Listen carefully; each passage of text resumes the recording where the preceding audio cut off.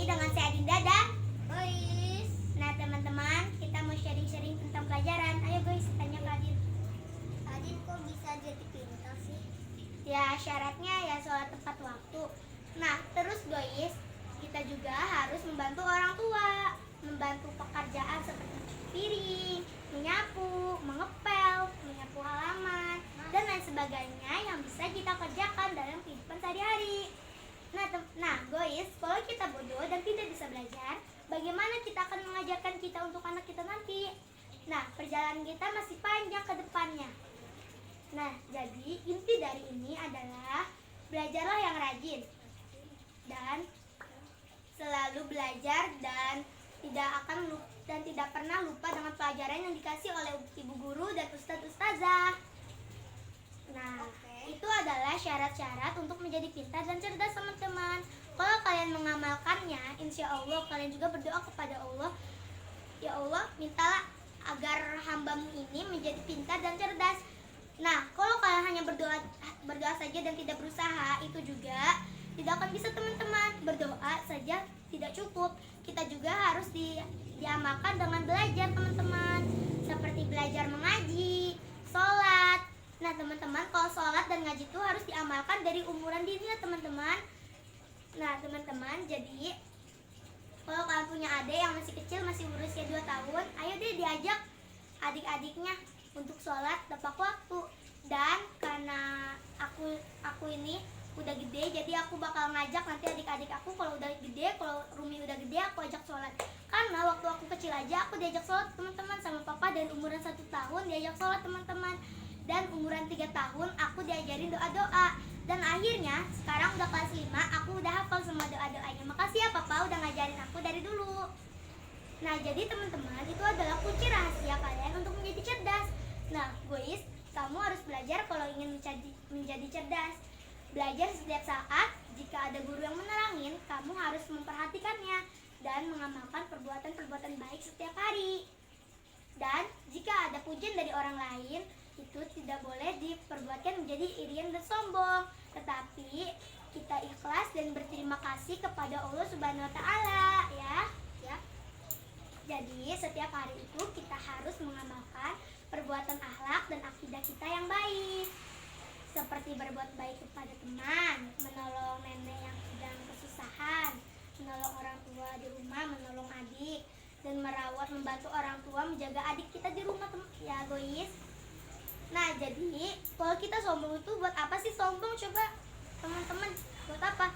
Nah kalau udah meninggal juga kita rumahnya sama kan di kuburan, buat apa coba disombongin? Nanti juga sama rumahnya yang tadinya kaya raya, yang punya mobil banyak, tapi dia sombong, dia tidak pernah berbagi, bersedekah kepada anak yatim, kepada fakir miskin. Nah kalau sudah meninggal dia juga sama rumahnya kayak kita guys, akan menjadi kuburan. Dari rumah yang kaya raya, dari rumah tingkat 3, lantai 3 itu nanti kalau udah meninggal juga dia bakal masuk ke dalam kubur dan dipertanyakan tentang perbuatan-perbuatannya oleh 2 malaikat. Nah jadi teman-teman, intinya jangan pernah bersombong dan jangan pernah takabur, pelit, dan juga jangan pernah boros dan mengamalkan uang itu dengan sebaik-baiknya. Oke teman-teman, jadi terus akidah kita itu aku fikir dulu ya teman-teman. Fikir itu tentang wudu-wudu. Kalian kalau mau sholat, guys, kalau mau sholat diwajibkan untuk berwudu dulu ya. Bagi teman-teman, bagi adik-adik yang menonton YouTube ini, jika kalian belum bisa wudu, minta diajarin ke kakaknya atau orang tuanya ya teman-teman, biar kalian bisa berwudu dan sholatnya diterima deh. Terus kalau kalian belum bisa bacaan-bacaan sholat, ikutilah imam yang ada di depan dan kita dibimbing untuk bisa belajar seperti kita teman-teman. Kita kalau ngaji selalu diajarin ya guys ya.